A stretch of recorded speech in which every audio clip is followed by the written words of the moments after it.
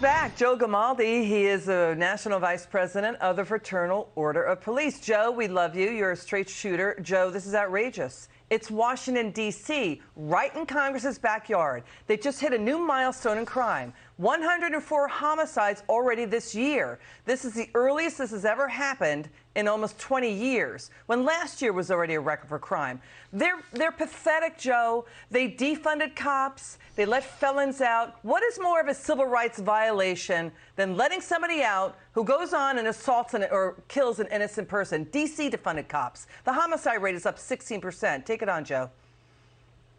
Well, I'll tell you, I think this is what happens when you see a bunch of incompetent people left to run a city. You know, these folks were so quick to jump on the defund the police bandwagon. They never thought how this was going to impact their community. Shocker, it's been a complete and utter disaster. Murders are up 16%, carjackings are up 33%, robberies are up 34%, overall violent crime up 13%. And you know what their response to this was? They deployed violence interrupters. I don't even know what the hell that is, to replace police officers. And in the neighborhoods they put them out in, crime actually went up. So now they've done such a good job of demonizing and denigrating the D.C. police force, they can't find anybody to take the job. So they're offering a $20,000 sign-on bonus, which nobody wants anyway, and they still can't find anybody to take the job. So they're working the officers there to the bone, to the tune of $1 million hours of overtime. So the leadership of the D.C. town is completely incompetent. They put their agenda over the lives of the people they swore to serve, and it's despicable. So is Senator Schumer and Nancy Pelosi, they're going to call a violence interrupter when something happens to them or anybody close to them? I mean, you're right. There's been a massive exodus of cops out of D.C., more than 500 leaving over the last 3 years. It's at its lowest level of cops in decades, just around 3,400. And now you got voters weighing crime and inflation in the primaries tomorrow in 7 states, including Illinois. And, Joe, this outrage. Fox News contributor Gianno Caldwell, his little brother was shot and killed in Chicago Friday. He was only 18 years old.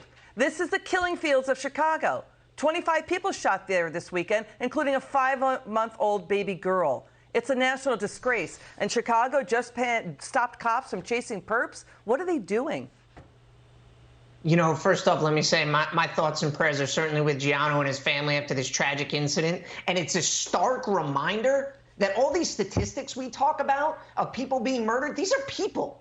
These are real, these sons, daughters, fathers, mothers, families that are impacted forever. So you would think maybe Mayor Lightfoot could take a break from cursing out Supreme Court justices, classy, I know, to actually deal with the violent crime that is gripping her city. And in response to it, you know what they do? They tell police officers, you're not allowed to chase anybody anymore. So just when I think they can't get any dumber, they actually decide to neuter our ability to chase people, to coddle criminals even more, and stop police. I mean, you're telling criminals, run from the police and we won't chase you.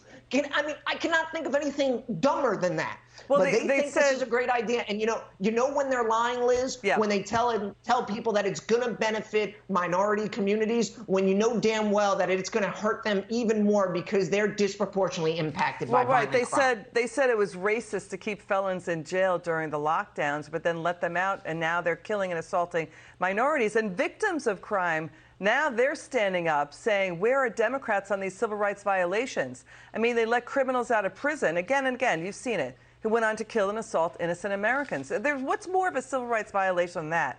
You know, Joe, I want your reaction to this. The leaders of the recall movement against Week on Crime, LADA George Gascon, and you're going to see Gascon here. Watch this.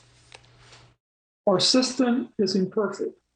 We do not always get it right. We will never always get it right. And that is not only a problem in LA, that's a problem everywhere. He will never charge anyone who's 16 or 17 years old, no matter how many murders they commit, if they're gang murders. He will never try to charge them in criminal court. This recall was initiated by crime victims whose lives have been devastated because of his policies. So it's victims who rose up and said, we are not happy with this, we're not okay with this. You ran on a platform of reform, but nothing is better. Things are way worse, and our lives are devastated. Okay, Joe, George Gascon, he's trying to pass the buck there. He's basically saying the system is not perfect. We will get it wrong. You know, it happens elsewhere. The Democrats saw riots as justifiable, and then they did lockdowns, then they defunded police, and they create a crime. It is, as Greg Gutfeld has said, it's politicians who don't keep criminals off of streets that kill people. You know, Liz, I don't know how any other way to say it. George Gaston's full of crap.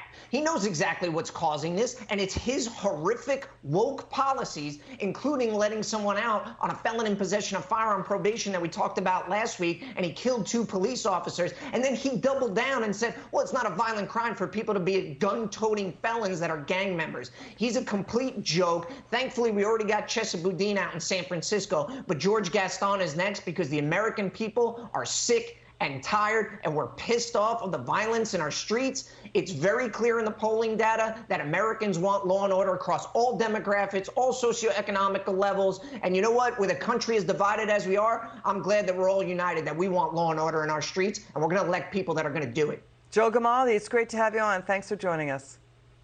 Thank you, Liz. Sure, it's good to see you.